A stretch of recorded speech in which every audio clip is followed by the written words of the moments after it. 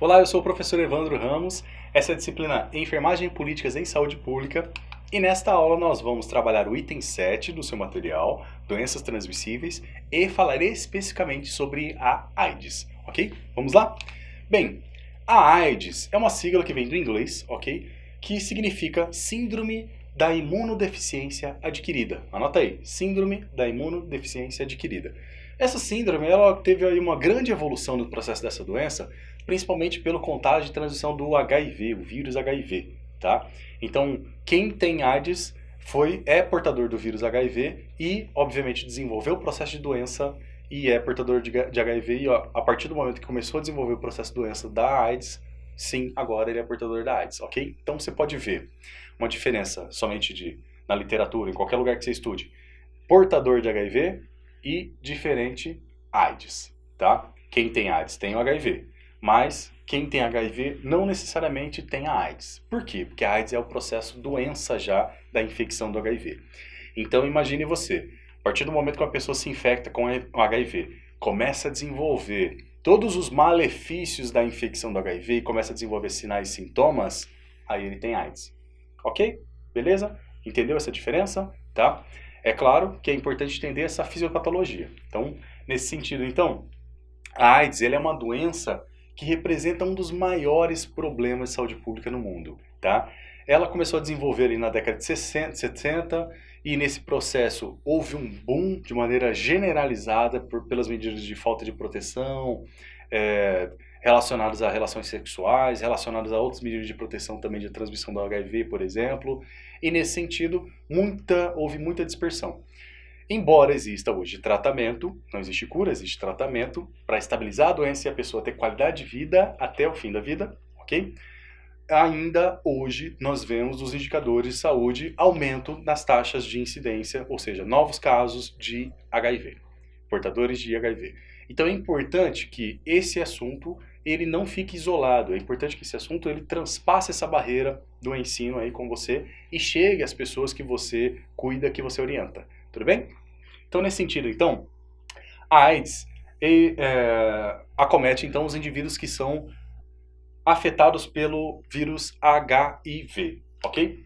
O vírus, então, ele tem uma capacidade muito alta de destruir uma das nossas células mais específicas que a gente tem, que é os linfócitos TCD4, tá? Nós temos os linfócitos, nós temos os linfócitos T, nós temos os linfócitos CD4, tá? Imagina ali um combatinho de guerra, esse é o nosso guerreiro mais especializado, digamos assim, no nosso processo de defesa. E o vírus HIV tem a capacidade de destruir ele, ok? Então se ele consegue destruir o nosso processo de defesa mais especializado, não tem nenhuma barreira específica para o nosso corpo combater esse vírus, tá? A não ser o tratamento medicamentoso. A contagem, então, dos linfócitos T vão diminuindo à medida que a quantidade de vírus vai aumentando, ok? Então imagine mesmo isso. A quantidade de linfócitos T, o nosso organismo, a defesa imunológica vai diminuindo e, obviamente, a quantidade de micro-organismo do vírus vai aumentando. Quem são os agentes infecciosos, os agentes etiológicos? HIV1 e o HIV2. Existem dois tipos, então, de vírus HIV, tá bem? Anota isso. Eles são retrovírus e, obviamente, da família Lentiviridae, retrovírus de RNA. Esses vírus eles são bastante lábeis no meio ambiente. Eles conseguem viver de maneira inativada no meio ambiente, tá? Ou seja, eles podem ser expostos a calor, a químicos, a hipoclorito glutaraldeído e eles são inativados. Então, a higiene vai inativar os micro-organismos, tá? Então, por exemplo, lá no ambiente hospitalar, teve um sangramento no pronto-socorro, por exemplo, tá? Vai limpar o chão com o quê? Vai limpar a maca com o quê? Tá? Então eu tenho que usar produtos específicos que vão proporcionar a morte do vírus HIV se aquela pessoa que estava ali sendo atendida é portadora. Ok? Beleza? Em condições experimentais, para você ter uma ideia, isso é importante a gente conhecer, partículas virais intracelulares, ok? Apregnado então em células do nosso corpo, elas conseguem sobreviver no meio ambiente, tá? No meio ambiente, em condições específicas, tá bom? Um dia enquanto as partículas virais podendo sobreviver até 15 dias no meio ambiente em uma temperatura bem exclusiva, tá? Ou seja, isso aqui foi um cuidado em laboratório. Existem pesquisas também que dizem que em algumas condições onde não tem a variação de temperatura, a média de temperatura está ali 26, 30 graus, pode viver até 3 dias. Tá? Então eu quero que você imagine que a sujidade pode conter? Pode. É raro, mas pode. Tá? É raro, mas pode. Quem é o reservatório? O homem. Período de incubação. O tempo de infecção do HIV, ele é acometido de sinais e sintomas, então quando ele começa a desenvolver sintomas, ele pode acontecer de maneira aguda de 3 a 30 dias, tá? Então grava isso. O tempo entre a infecção do HIV e o aparecimento dos sintomas pode ser de 5 a 30 dias.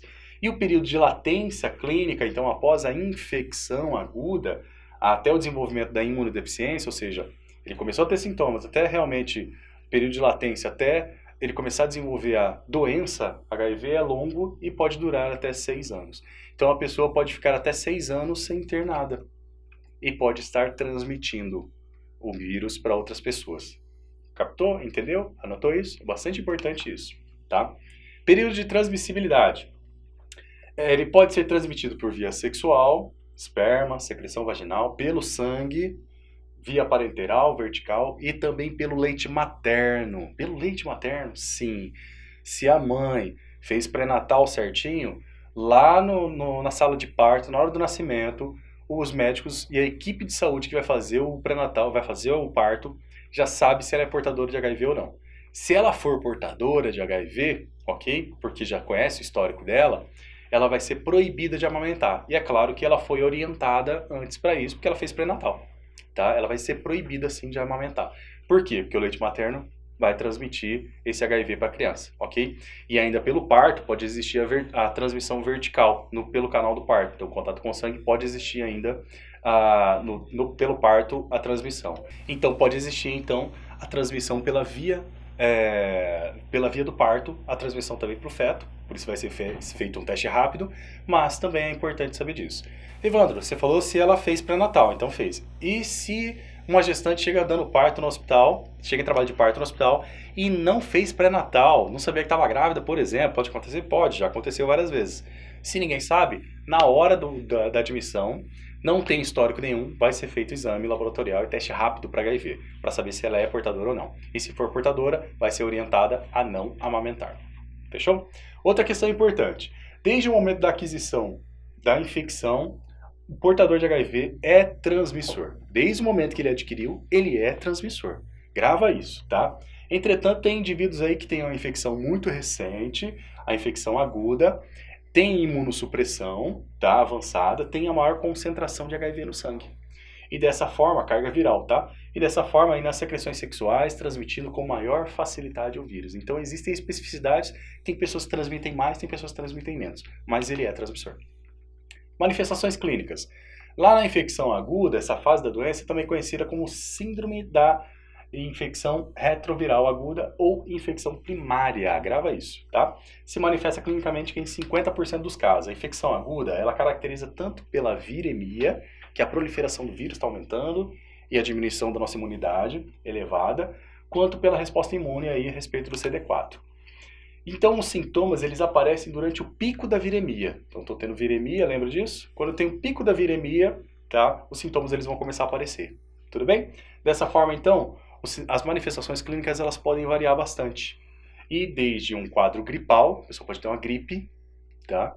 Essa gripe não foi simplesmente porque a imunidade dela estava baixa, simplesmente, como acontece com a gente, por exemplo, que ela se alimentou mal, dormiu mal vários dias, tá? Não somente por isso, mas naqueles casos, porque o HIV está fazendo com que haja uma imunossupressão da imunidade própria dele. E está tendo um pico de viremia. Então, desde um quadro gripal até a mononucleose, por exemplo, que é uma doença bem específica. E a infecção viral, então, pode acontecer com febre, pode ter febre de algum caráter inflamatório desse processo, adenopatia, faringite, mialgia, artralgia, pode ter ulcerações, pode ter lesões na pele, pode ter perda de peso, náusea, vômito, ou seja, São vários os sintomas que vão estar relacionados. Não existe um sintoma específico que, obviamente, alguma pessoa vai identificar e falar, é portador de HIV. Mas, fez-se o diagnóstico diferencial para várias doenças, não está enquadrando, ou tem alguma coisa que não se enquadra na diferenciação de uma doença ou outra, faz-se uma sorologia para HIV. Faz um teste para HIV e detecta se é HIV ou não. Ok? É importante isso. Na fase assintomática, porque existe a fase assintomática, a infecção é precoce pelo HIV, também conhecida como se fosse assintomática. Ela pode durar de alguns meses até alguns anos. Grava isso, tá? Na literatura, existem algumas literaturas que falam de uma progressão de mais de 10 anos. Uma pessoa contaminada pelo HIV e nunca teve sintomas, tá? Ou teve sintomas muito leves, mas a literatura fala disso. E esse indivíduo passou esse período todo transmitindo o vírus HIV para outras pessoas. Na fase sintomática inicial, então, o portador da infecção, ele apresenta sinais e sintomas inespecíficos. Estão totalmente inespecíficos com a causa específica da doença. E esses processos oportunistas. Então, ele pega uma gripe, ele desenvolve pneumonia, ele desenvolve um processo fúngico, ele desenvolve a escabiose, nesse sentido. E, obviamente, quando ele começa a desenvolver a AIDS, vão aparecer as doenças oportunistas, tá? E aí, nesse sentido, se ele não souber, como aconteceu no passado, a pessoa morria de gripe, não morria de AIDS. A AIDS não mata. O que matou ele foi a gripe, porque destruiu o sistema imunológico e, obviamente, deixou tão debilitado que os sinais de uma gripe, afetaram tanto o organismo dele que ele faleceu.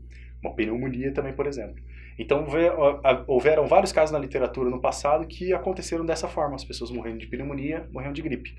O HIV desenvolveu isso. Ninguém morre pela AIDS, morre pela doença oportunista. Anotou? Ótimo. Diagnóstico, então, diferencial para outras doenças e faz um diagnóstico sorológico, fazendo aí a identificação do vírus HIV ou HIV-2, 1 ou 2. E o tratamento? Ele vai fazer a terapia para o resto da vida dele, tomar um antirretroviral, ok? Porque não existe ainda uma cura específica para o HIV. Se fala-se muito, mas ainda não existe uma cura específica. Tomar um medicamento, tomar uma vacina, por exemplo. Então ele vai fazer o processo de tratamento até o resto da vida dele. Tá? Então ele vai tomar medicação todos os dias até o resto da vida. Nesse sentido, é importante que ele entenda isso também no processo de tratamento. Por quê? Porque o tratamento ele é gratuito pelo SUS e existe todo o acompanhamento que for necessário. Ele vai ser acompanhado por especialistas se necessário. Ele vai ser acompanhado por psicólogo, psiquiatra, por nutricionista. Então existe uma equipe toda montada para acompanhar esse tipo de caso e, obviamente, estimulá-lo a uma qualidade de vida melhor. O que mais? Outra questão importante que são as questões de medidas preventivas. Eu separei em 3 grupos, mas elas são bastante amplas. Enquadre isso como uma questão bastante importante para você anotar. A prevenção da transmissão vertical, uso de preservativo, uso de preservativo feminino, masculino, ok? É muito importante ter um parceiro só, não ter a promiscuidade de parceiros, por exemplo, são medidas preventivas. Eduquem as famílias, eduquem a comunidade, porque isso é um fator importantíssimo para evitar a dispersão do HIV. Outra questão importante, prevenção de transmissão sanguínea. Acidente com pérfuro cortante pode trazer o acometimento, a transmissão da AIDS? Pode. Do HIV? Pode. Ok? Entrar em contato com o sangue do paciente? Pode. Com sangue e secreções do paciente? Pode também. Tá claro? Então, qualquer tipo de processo, por isso que eu falo que aqui é amplo, eu tenho que ter medidas de barreira para evitar entrar em contato com a transmissão sanguínea do indivíduo. Ok? Meu paciente. Outra questão importante é a prevenção da transmissão materno-infantil, naqueles casos específicos que eu falei para você, no caso do parto. Por exemplo, o pré-natal já preconiza fazer o exame de monitoramento e na hora do parto também, se não souber o histórico, vai fazer o diagnóstico laboratorial e é importantíssimo que se faça esse diagnóstico laboratorial, tá? Ele é compulsório, chega a ser compulsório, tá? Porque é importante que a criança não tenha nenhum dano específico por conta do HIV. Bem, nesta aula nós trabalhamos as questões relacionadas à AIDS, ao processo de infecção e desenvolvimento da AIDS. Importantíssimo que você anote essas informações, porque tem várias informações importantes.